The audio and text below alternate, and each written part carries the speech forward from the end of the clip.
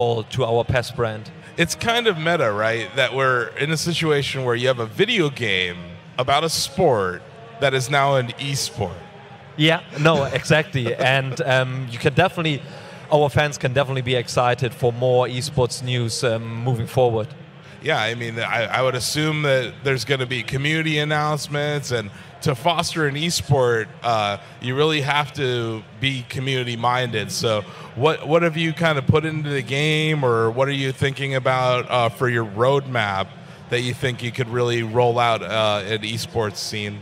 We are definitely, put it this way, in the background, we are working on our plans. They are final. Sure. We will announce them in the next couple of months, but all I can say is when you look back to the past, especially last year, we had our PES League competition, which is a competition for the wider audience. So me, you guys, you can join the competition, you can qualify for the World Finals.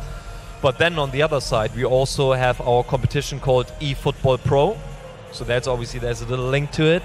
And eFootball Pro is a competition which is for professional football clubs. So you have clubs such as Barcelona, Celtic or Monaco playing in that competition and playing against each other for the big title.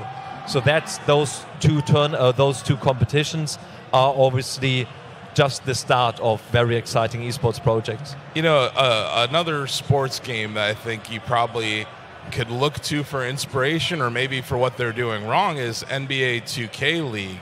Have you thought about deeper partnerships with different leagues or teams like you had mentioned?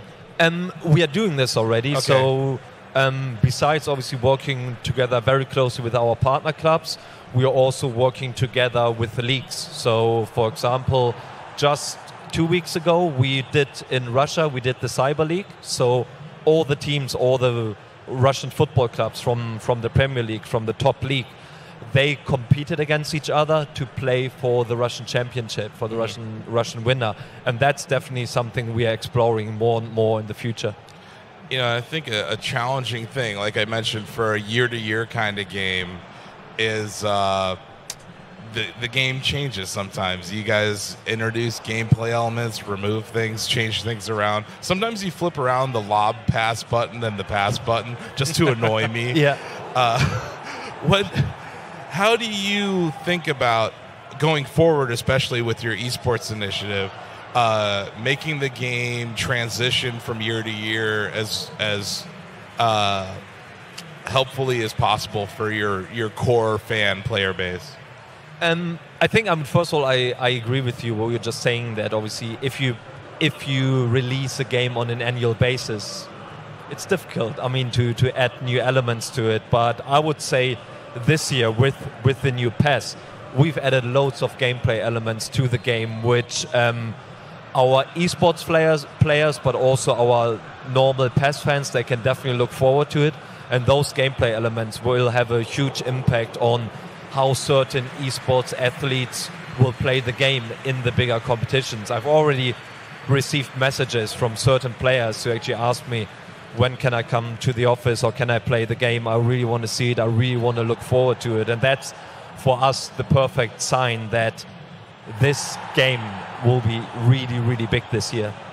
And I think another really important thing for any esport, any game, is that it needs to be easy to pick up and play. Have you guys done anything in the recent years, or even with this version, that you think can help open it up to new players who might see promotion for your esports and say, okay, maybe I should get into this? I think like a game like Rocket League is a good example of that, where it's really easy to enter in, but it's very hard to master. Can you talk about like that onboarding? Have you thought about expanding the player base? Yeah, I mean, first of all, in terms of like our esports plans, we cannot go into detail because that will come later in the next couple of months.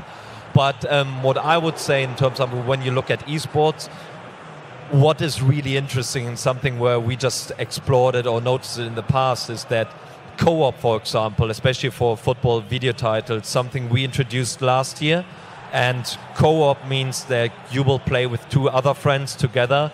And this, especially when it comes down to offline events, this is something which has become really interesting because you have all the emotions, obviously, when someone is winning or obviously when they're losing, it's something completely new, which hasn't been there in the football video game scene before. So that's something from an esports point of view is really interesting. But in terms of the gameplay, we've added loads of new features to the game. We worked with Andres Iniesta. He's Barcelona legend. He's now playing in Tokyo. Our development team worked with him very, very closely to bring our gameplay forward. He shared all his feedback, all his football knowledge with our development team to tweak the gameplay here and there. We've included a new dribbling feature which is called Finesse Dribble, and it's named after him because he's very well known for his dribbling skills, and that's what we added to the game. There are new modes coming to the game, updated modes, so there's huge amount of content for current users, but very importantly, as you said, also for new users, so that we can introduce them to our product, to our brand, and actually can provide them with a wide portfolio of content.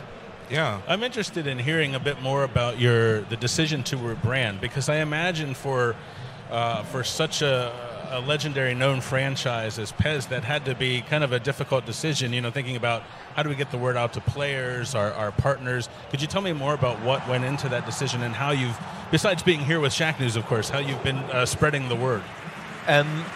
First of all, that's been, as I said earlier, that obviously esports had a huge impact for us. We are present in the world of esports for the last, obviously, I would say 10 years. We started small. We had those little tournaments in hotels somewhere. And for the last 2-3 years, we went actually bigger, where we worked with our partner clubs. We hosted events at Barcelona, at Arsenal in their stadiums. And that's definitely the right direction where we want to work. We want to get bigger, work with all our partner clubs. And therefore, for us, esports is very important.